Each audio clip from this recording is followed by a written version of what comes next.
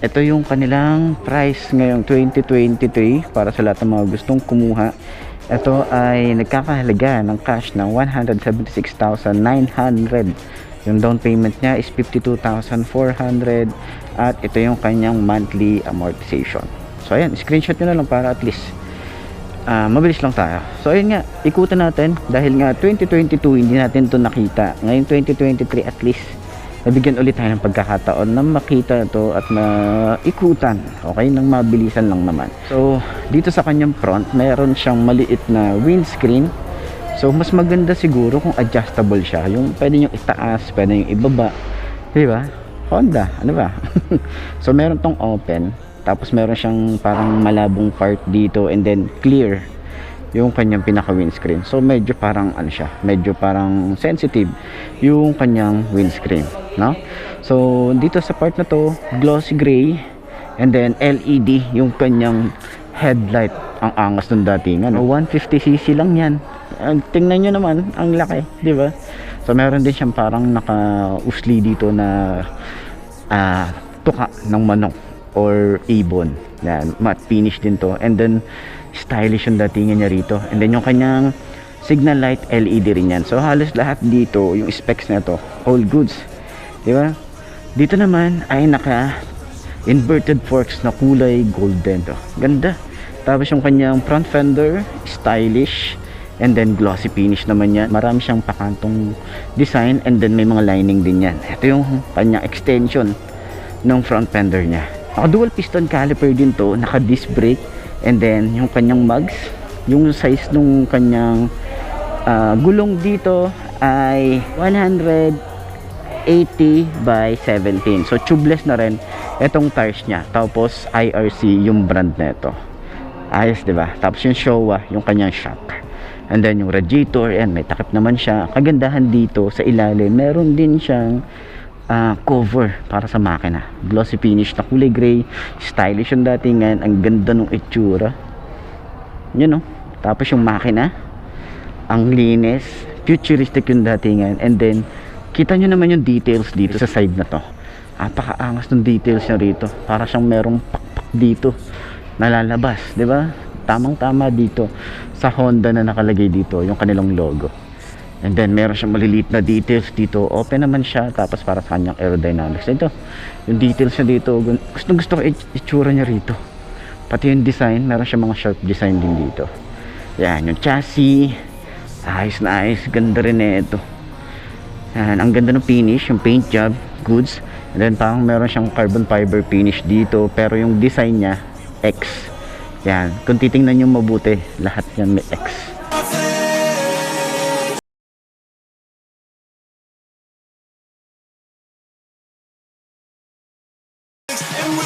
Tapos and yung kanyang decals minimalist lang. Ito yung itsura, para siyang army yung design. And then dito rin sa side na to, yan. Dito sa side yung kanyang foot pegs is nape-flip naman yan, may lock din pala siya. Tapos yung kanyang rear brake pedal is smooth lang din. Yung kanyang tambucho stylish, ganda ng finish dito, dark gray. And then yan, metal to, no, or stainless. Tapos ito yung pinaka-itsura nung exhaust. Meron din siyang exhaust cover dito, matte finish na kulay black. Ang laki nung kanyang elbow. So kung gusto nyo magpalit ng pipe, madali lang siya kasi ditanggal lang ganito. Yan.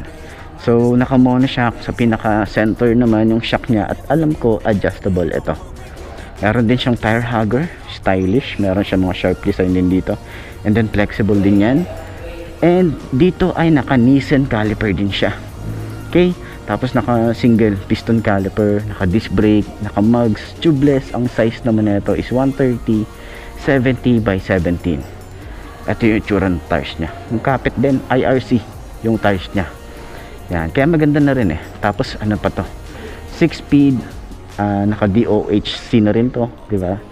So yung kanyang grab bar, stylish, may mga sharp, no? Ganda rin, may lining din yan. And then para siyang merong glitter effect dito. And then sumasabay dito sa kanyang taillight, napakaangas na LED na rin yan. Signal light niya LED rin, lagay ng plate, reflector, and then pinaka rear fender niya rito. Stylish yung datingan, boy. Ganda. Ganda nung itsura na ito, no? So, dito naman yung kanyang sprocket ay 46 yung kanyang size. Meron din siyang chain cover. Karugtong siya nung ating mudguard dito or yung tire hugger natin. Yan.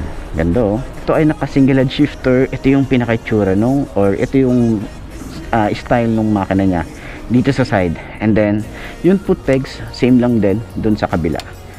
Side stand and center stand, kung hindi naman siya tinipid dito, talagang quality, boy, no? Alam naman natin si Honda talaga yan. So ayan, oh, yung kanya namang upuan dito, sobrang kapal niyan. Tapos ang ganda ng lambot niya, gandang hawakan. Tapos yung leather premium. Tapos yung style niya rito, meron siyang parang stopper dito. Tapos yung design niya rito parang pinagtabasan. Makikita mo yung lining, yung pinagtabasan niya. Tapos ang ano dito sa OBR, maganda rin siyang sakyan. Talagang pang long ride, all goods to, boy.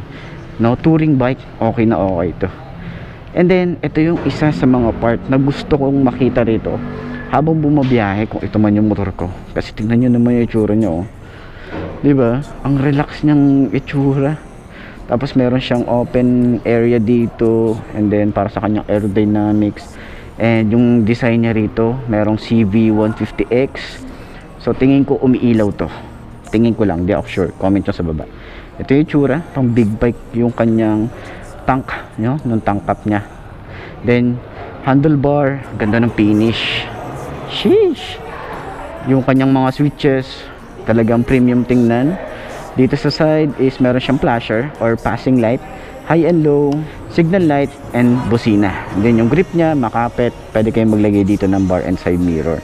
So sa lever, makapal yung lever niya rito. Tapos smooth lang din. Ito yung itsura nung kanya susi. Yan, ganda rin, no? Yung panel gauge niya or yung ignition key niya, ayun. Maganda rin. Tapos meron din siyang shutter lock. Then full digital yung pinaka panel niya. Ito yung itsura, oh. Diba ganyan ka mag-motovlog, oh. Sheesh. J-Mock yarn. Merong Honda rito na logo, and then merong click dito or yung select and mode siguro, no? Merong mga pindutan dito, dalawa. Dito naman is signal light. Pag naka high beam, signal light ulit. Then meron siya ditong engine check, neutral, and then temperature. Tapos dito sa taas na to or yung pinaka panel niya is RPM, tapos yung speedometer, and then marami na tayong details dyan na makikita. Sa side naman nito, dito naman sa side, yung kanyang throttle, napakababaw, and then ito ay naka-automatic on na yung kanyang ilaw. So dito is yung electric starter niya. Then lever, yun, oh, diba? Yung kanyang side mirror, yan, yeah, yan, malaki din, maganda rin. Maganda rin yung style niya.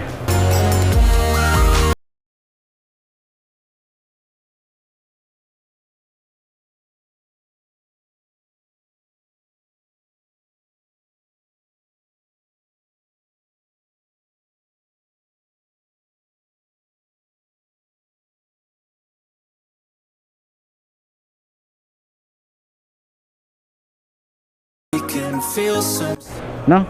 So, ayun nga. Para sa lahat ng mga gustong kumuha na ito, ilalagay ko pa rin sa dulo ng video. Pero pinakita ko na sa inyo yung price nila.